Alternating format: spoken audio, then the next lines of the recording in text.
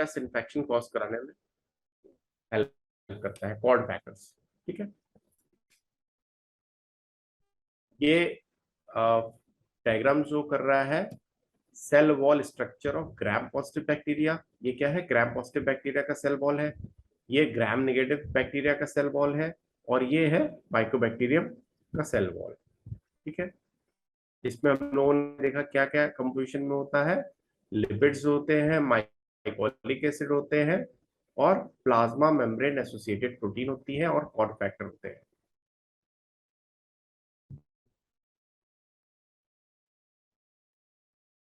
देखिए ये mycolic acid है, इसमें ये क्या है, ये सब ये माइकोलिक एसिड है।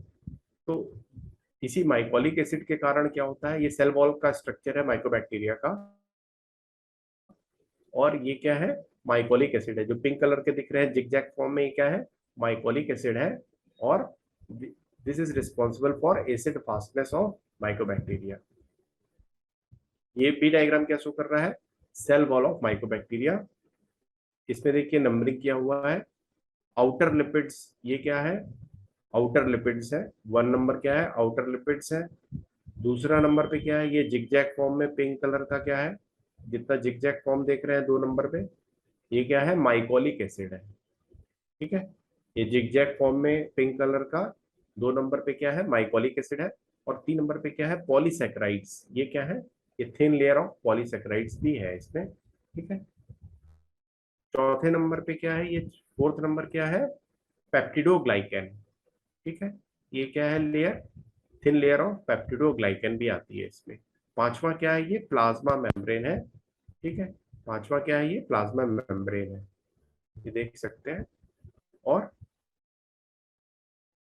ठीक है, ये 6 नंबर पे क्या है, लिपो एरेबिनोमैनन। ये क्या है, लिपो एरेबिनोमैनन।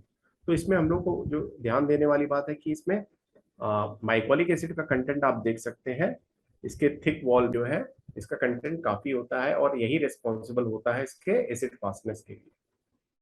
ठीक है, नेक्स्ट स्लाइड पे चलते हैं। ये भी क्या कर रहा है, so this diagram also shows cell wall of. तो आप एक डायग्राम को इसको याद रखिए, ये बहुत सिंप्लीफाइड वे में है, और इसमें सब कुछ अलग अलग नंबर किया हुआ है कि फर्स्ट नंबर पे क्या है, दूसरे नंबर पे माइकोलिक एसिड है, थर्ड नंबर पे जो है पॉलीसेक्राइड्स हैं। ठीक है, चौथे नंबर पे पेप्टिडोग्लाइकेन है, पांचवें नंबर पे ये क्या है, प्लाज्मा मेम्ब्रेन है। तो ये याद करना थोड़ा सा आसान है simplified way. Now coming to mycobacterial pathogenesis. अगर पैथोजेनेसिस की बात करें तो the majority of pathology of tuberculosis disease understood so far has been related to the host immune response to the infection। ज्यादातर जो पैथोलॉजी इसकी समझी गई है वो डिपेंड करती है होस्ट के इम्यून रिस्पॉन्स पे। ठीक है, मतलब पेशेंट के इम्यून रिस्पॉन्स पे डिपेंड करती है इसकी पैथोलॉजी, इसकी डिजीज की पैथोलॉजी। ठीक है, the pathogen also plays a role in its own virulence. Some strains are more pathogenic than others. कुछ स्ट्रेन्स क्या होते हैं, ज्यादा विरुलेंस होते हैं, ज्यादा विरुलेंट होते हैं, मतलब उनकी डिजीज कॉज करने की कैपेसिटी ज्यादा होती है। Non virulence factors are subvert host immunity. ठीक है, interaction of the two is critical to understand the whole picture. ठीक है, ये डायग्राम शो कर रहा है किस तरीके से ये माइकोबैक्टीरियम ट्यूबरक्लोसिस के बैसिलाई है, और ये कैसे किस तरीके से इन्फेक्शन कैसे हमारे बॉडी में एंटर करके इन्फेक्शन कॉज करा रहा है।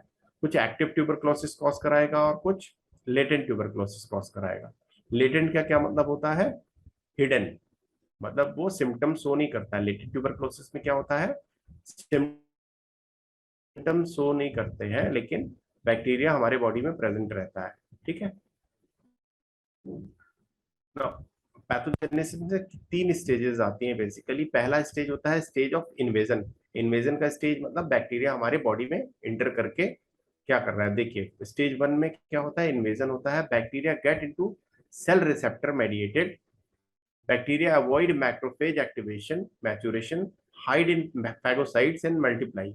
ये क्या करते हैं, फैगोसाइटोसिस को क्या करते हैं, ये अवॉइड कर देते हैं, कह लीजिए उससे escape कर जाते हैं। और innate immune response is engaged, inflammatory cell recruitment and eventually adaptive response is engaged। ठीक है। दूसरा स्टेज में क्या होती है, परसिस्टेंस। मतलब परसिस्टेंस मतलब उसमें वहां पे बैक्टीरिया जाके परसिस्ट कर रहा है। Cellular immune response is engaged, leads to formation of granuloma. जो ग्रेनुलोमा बनता है वो परसिस्टेंस स्टेज में बनता है। And bacteria can become inert. इस स्टेज में, सेकंड स्टेज में परसिस्टेंस के क्या हो सकता है, वो इनर्ट हो सकता है। और लेटेंट स्टेज में वो डेवलप हो जाएगा। और स्टेज थर्ड क्या है, रीएक्टिवेशन। कभी क्या हुआ, वो लेटेंट बैक्टीरिया जो है, लेटेंट या परसिस्टेंट स्टेज से अगर रीएक्टिवेशन हुआ तो सेकेंडरी एक्टिवेशन इसको बोलते हैं। रीएक्टिवेशन और secondary activation and inflammatory response balance disruption हो जाता है इसमें। ठीक है। Tissue destruction and indirect effect of immune response. अब हम लोग इसके ट्रांसमिशन की बात करें तो माइकोबैक्टीरियम का ट्रांसमिशन कैसे होता है। माइकोबैक्टीरियम ट्यूबरक्लोसिस की अगर बात करें तो खासकर कैसे स्प्रेड होता है, पर्सन टू पर्सन, मतलब एक आदमी से दूसरे आदमी में होता है, वाया किस तरीके से, एरोसोलाइज्ड ड्रॉपलेट न्यूक्लियाई। ठीक है।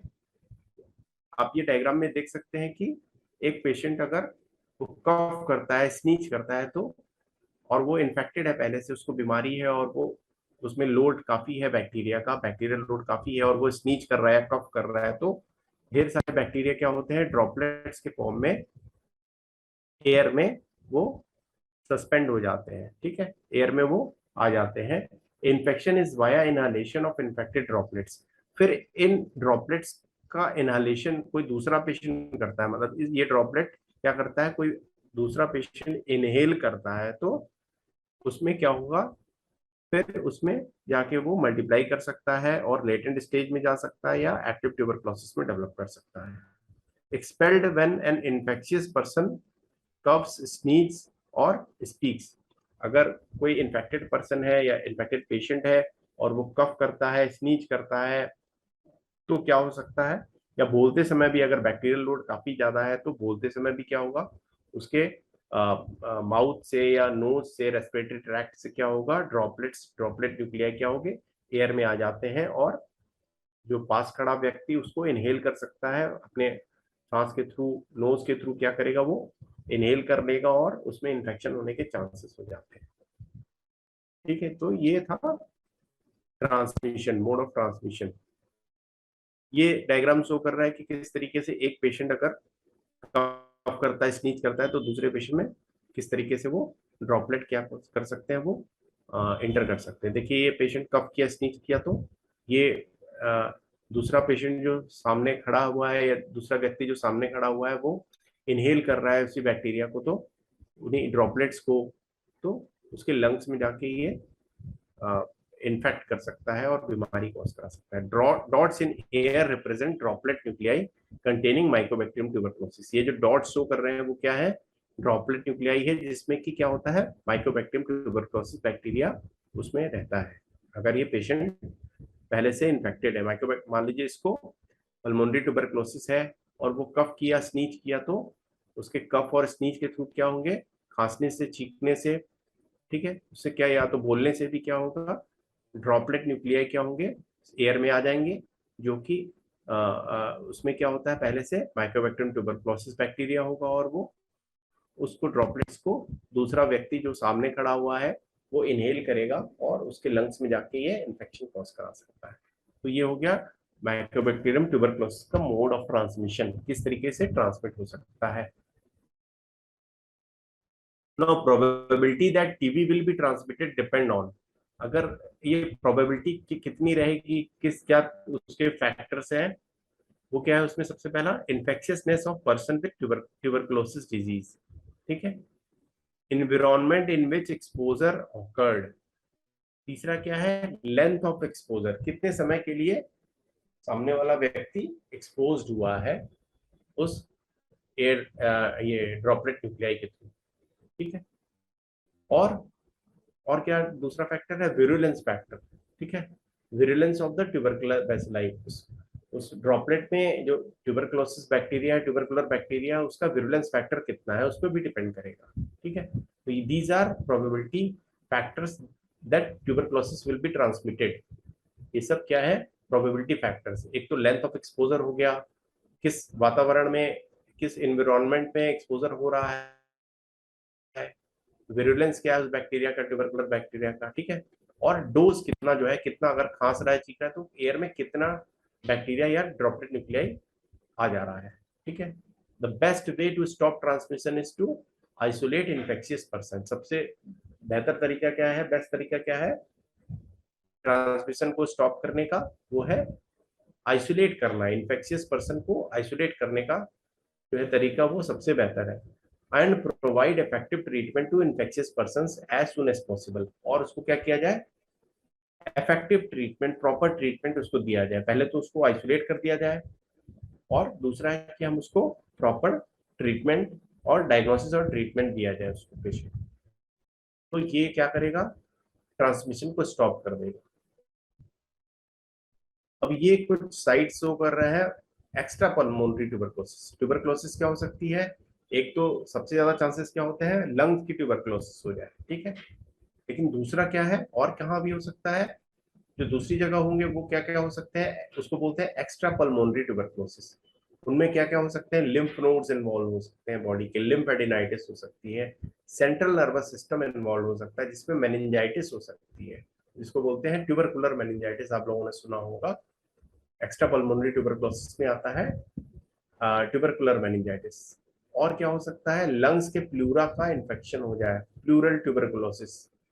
ठीक है, लंग्स का जो प्लूरा होता है, आउटर लेयर होती है, उसका क्या हुआ, उस प्लूरा का ट्यूबरकुलोसिस हो जाए, उसका इन्फेक्शन हो जाए। ठीक है, bones and joints of spine. अगर बोन्स और जॉइंट्स में क्या हुआ, ये रीढ़ की हड्डी है मान लीजिए, स्पाइन है, और इसके इसमें इन्फेक्शन हो गया ट्यूबरकुलोसिस का, तो उसको बोलते हैं pots spine, pots disease, basically pots disease बोलते हैं। तो बोन्स एंड जॉइंट्स में भी इन्फेक्शन हो सकता है, जैसे कि पॉट्स डिजीज। और क्या हो सकता है, डिसेमिनेटेड मिलियरी ट्यूबरकुलोसिस। और क्या हो सकता है, डिसेमिनेटेड मिलियरी ट्यूबरकुलोसिस, मतलब पूरे बॉडी में हमारे क्या होती है, ट्यूबरकुलोसिस डिसेमिनेट हो जाती है, फैल जाती है लंग्स के थ्रू, और लंग्स के थ्रू फिर आके ब्लड में आ जाती है, फिर और ऑर्गन्स में क्या हुआ, ट्रांसमिशन हो गया। ठीक है, अब रिस्क फैक्टर्स क्या क्या हो सकते हैं, या रिस्क फैक्टर या एपिडेमियोलॉजिकल लिंक्स क्या क्या हो सकते हैं ट्यूबरकुलोसिस डेवलप करने में। सोशियो इकोनॉमिक स्टेटस, सबसे पहला क्या है, सोशियो इकोनॉमिक स्टेटस, जिसमें पॉवर्टी आती है। ठीक है, गरीबी, बहुत गरीब है, होमलेस है, और सब्सटेंस अब्यूज है, कोई नशा करता है, बहुत भीड़ भाड़ वाले जगह पे रहता है, क्राउडिंग है। ठीक है, प्रिजनर्स है, शेल्टर में रहता है कहीं पे। ठीक है, तो सोशियो इकोनॉमिक फैक्टर है कि बहुत भाई गरीब आदमी है, घर नहीं है, घर कहीं रहने की जगह नहीं है, तो बहुत क्राउडेड एरिया में रह रहा है, उसका इम्यून रिस्पॉन्स या इम्यून सिस्टम जो है बहुत वीक है, इम्यूनो सप्रेस्ड है, और उसका एज बहुत ज़्यादा है मान लीजिए, तो वो भी डिटरमाइनिंग या रिस्क फैक्टर हो सकता है। इम्यून सप्रेसिव ड्रग्स ले रहा है, मतलब ऐसी दवाएं ले रहा है, ऐसी ड्रग्स खा रहा है, ऐसी दवाएं खा रहा है जिससे कि इम्यून सिस्टम उसका सप्रेस किया जा रहा है किसी कारण से। जैसे कि एंटी कैंसर ड्रग्स ले रहा है मान लो, या तो कोई स्टेरॉइड ले रहा है, तो उससे क्या होता है, इम्यून सिस्टम हमारा वो सप्रेस हो जाता है। तो इम्यून सप्रेसिव ड्रग्स ले रहा है, तो वो भी रिस्क फैक्टर है for the development of tuberculosis. और क्या फैक्टर्स है, risk factors, health care worker है। ठीक है, health care workers are more prone for the development of tuberculosis. ठीक है, इमाइग्रेंट्स है, ओवरऑल हेल्थ कैसी है या इम्यून सिस्टम स्टेटस कैसा है उस पर भी डिपेंड करता है। अल्कोहल, अल्कोहलिक अल्कोहलिक है कि नहीं, ये भी इस पे भी डिपेंड करता है। Alcoholism is a risk factor. ठीक है, अल्कोहल अगर डेली लेता है, ज्यादा अमाउंट में लेता है, तो वो भी एक रिस्क फैक्टर बन जाता है for the development of tuberculosis. Smoking की हैबिट है कि नहीं है, स्मोकर्स में ज्यादा डेवलपमेंट के रिस्क फैक्टर्स होते हैं कि भाई उसमें डेवलप होने की ज्यादा चांसेस होता है। डायबिटिक है कि नहीं है, अगर शुगर, ब्लड शुगर लेवल जो है वो मान लीजिए उसका ज्यादा रहता है, डायबिटिक है, तो रिस्क फैक्टर है ये भी for the development of tuberculosis. TB with in the last 2 years, मान लीजिए पहले 2 साल या उसके पहले कभी उसको ट्यूबरक्लोसिस हो चुकी है, तो वो भी क्या है, रिस्क फैक्टर है for the redevelopment of tuberculosis. अगर दूसरा क्या फैक्टर है, HIV को इन्फेक्शन, पहले से मान लीजिए कि ह्यूमन इम्यूनो डेफिशिएंसी वायरस से उसको इन्फेक्शन हो रखा है, तो वो भी रिस्क फैक्टर है for the development of tuberculosis. ठीक है, तो दीज आर रिस्क फैक्टर्स, ये रिस्क फैक्टर है for the development of tuberculosis, खासकर पल्मोनरी ट्यूबरक्लोसिस।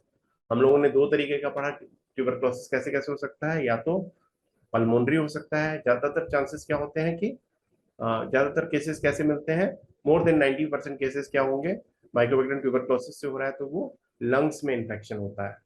तो कुछ केसेस में ऐसा भी हो सकता है कि एक्स्ट्रा पल्मोनरी, मतलब लंग्स को छोड़ के और बॉडी के साइड्स में इन्फेक्शन हो गया, जिसमें हम लोगों ने डिस्कस किया है कि जैसे लिम्फेडिनाइटिस हो गई, ट्यूबरकुलर लिम्फेडिनाइटिस हो गई, या ट्यूबरकुलर मेनिंजाइटिस हो गई, बोन्स का इन्फेक्शन हो सकता है, लंग्स के प्लूरा का इन्फेक्शन हो सकता है। ठीक है, और डिसेमिनेटेड ट्यूबरक्लोसिस हो सकती है, मिलियरी ट्यूबरक्लोसिस हो सकती है।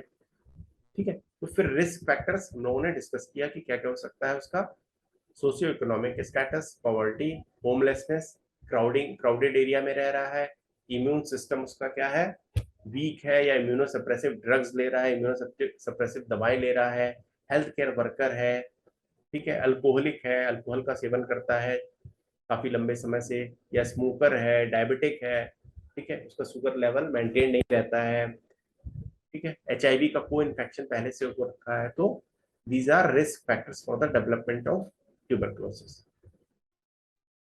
ये फ्लो चार्ट बेसिकली शो कर रहा है कि किस तरीके से हमारे बॉडी में ट्यूबरकुलर बैक्टीरिया एंटर किया, और फिर हो सकता है कि इन्फेक्शन कॉज करे, हो सकता है कोई इन्फेक्शन कॉज नहीं करे। तो हम लोग शुरू करेंगे, exposure of individual to droplet nuclei from a source case of open tuberculosis. किसी दूसरे पेशेंट से क्या हुआ, ड्रॉपलेट न्यूक्लियाई एयर में आया, उसने कफ किया, स्नीज किया, ठीक है, तो ड्रॉपलेट न्यूक्लियाई एयर में आया और वो बगल में, मान लीजिए उसके साथ खड़ा हुआ है पेशेंट दूसरा, और उसने इनहेल किया, duration and intensity of exposure पे भी डिपेंड करेगा जो। फिर क्या हुआ, इन्फेक्शन हुआ, बैक्टीरिया क्या हुआ, इंटर कर गया हमारे बॉडी में और इन्फेक्शन कॉज किया। दूसरा क्या हो सकता है कि भाई कोई इन्फेक्शन ना हो, ठीक है, तो अगर इन्फेक्शन हो गया तो weak protective immune response develop हुआ हो सकता है, या तो strong protective immune response develop हो सकता है।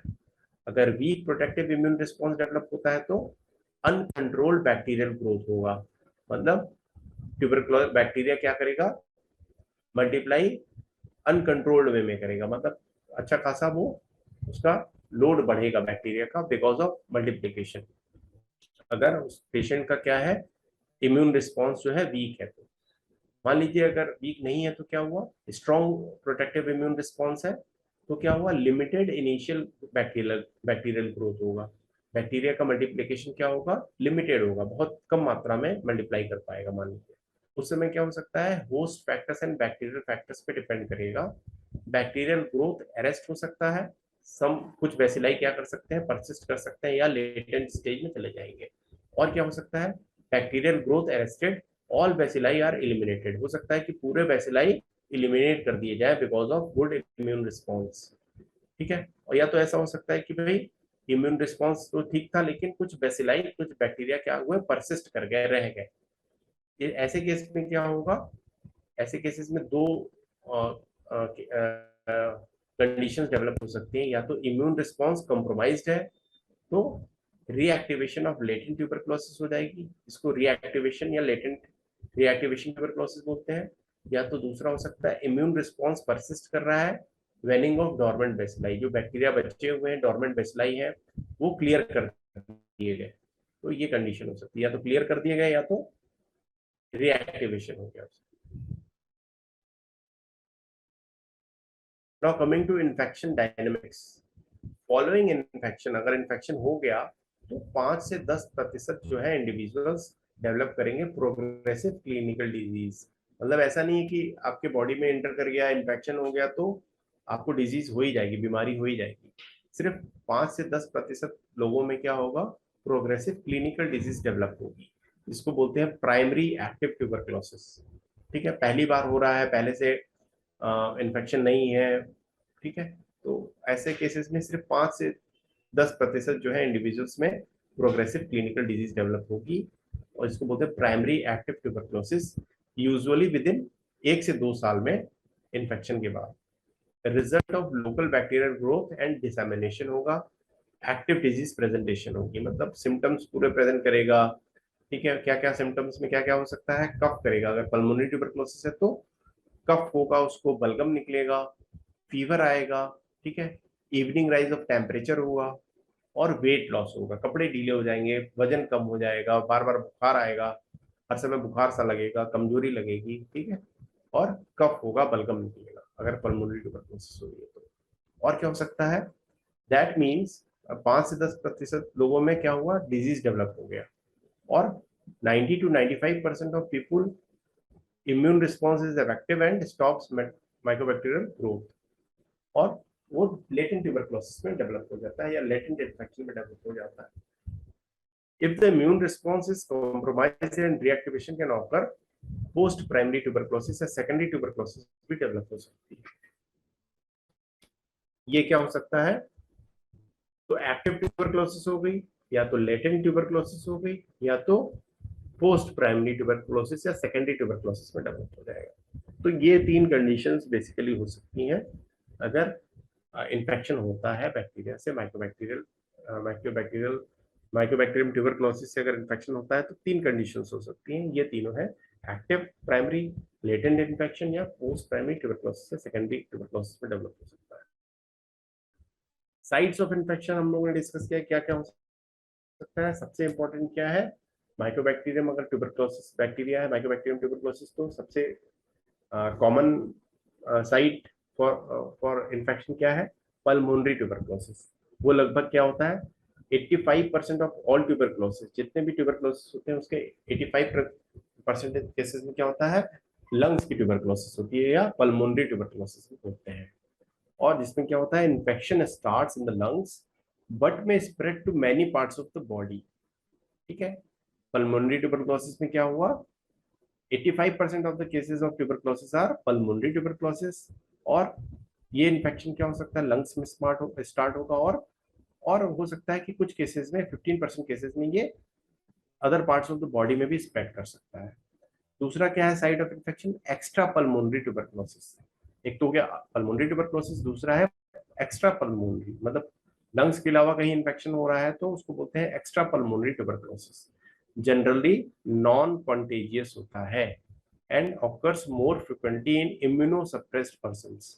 और किसमें होने के चांसेस होते हैं, ऐसे व्यक्तियों में, ऐसे लोगों में जिसका इम्यून सिस्टम क्या है, वीक है, सप्रेस्ड है।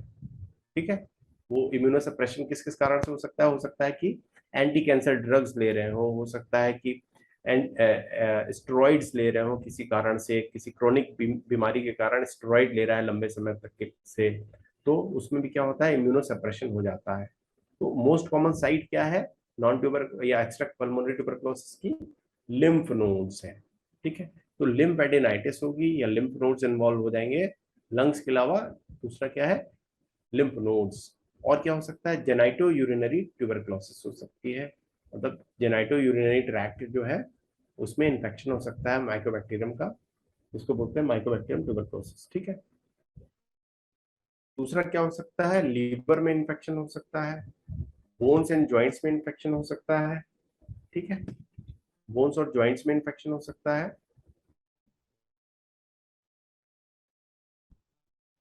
और ट्यूबरकुलर मेनिंजाइटिस हो सकती है। स्पाइन में अगर इन्फेक्शन हो सकता है तो उसको पॉट्स डिसीज बोलते हैं। इंटेस्टिनल ट्यूबरकुलोसिस हो सकती है। ठीक है, स्किन में इन्फेक्शन हो सकता है माइक्रोबैक्टीरियम ट्यूबरकुलोसिस से, जिसको ल्यूपस वल्गैरिस बोलते हैं। या तो क्या हो सकता है, मिलियरी या डिसेमिनेटेड ट्यूबरकुलोसिस डेवलप हो सकती है।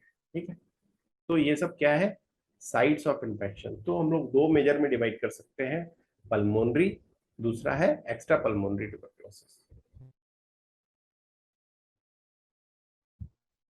अब हम लोग डायग्नोसिस की बात करेंगे। तो इसमें क्या है, डायग्नोस्टिक पार्ट जो है हम लोग अगले क्लास में डिस्कस कर पाएंगे, क्योंकि अभी टाइम खत्म होने वाला है। तो ये हम लोग last slide site of infection पे रहने देते हैं। नेक्स्ट क्लास हम लोग डायग्नोस्टिक पार्ट ऑफ ट्यूबरक्लोसिस हम लोग डिस्कस करेंगे। तो इतना आज तक के लिए काफी है। पल्मोनरी साइट ऑफ इन्फेक्शन क्या हुआ, pulmonary and extra pulmonary tuberculosis, इसके साथ ही हम लोग आज की क्लास एंड करेंगे। ठीक है, नेक्स्ट क्लास में हम लोग क्या डिस्कस करेंगे, एक्स्ट्रा पल्मोनरी ट्यूबरक्लोसिस।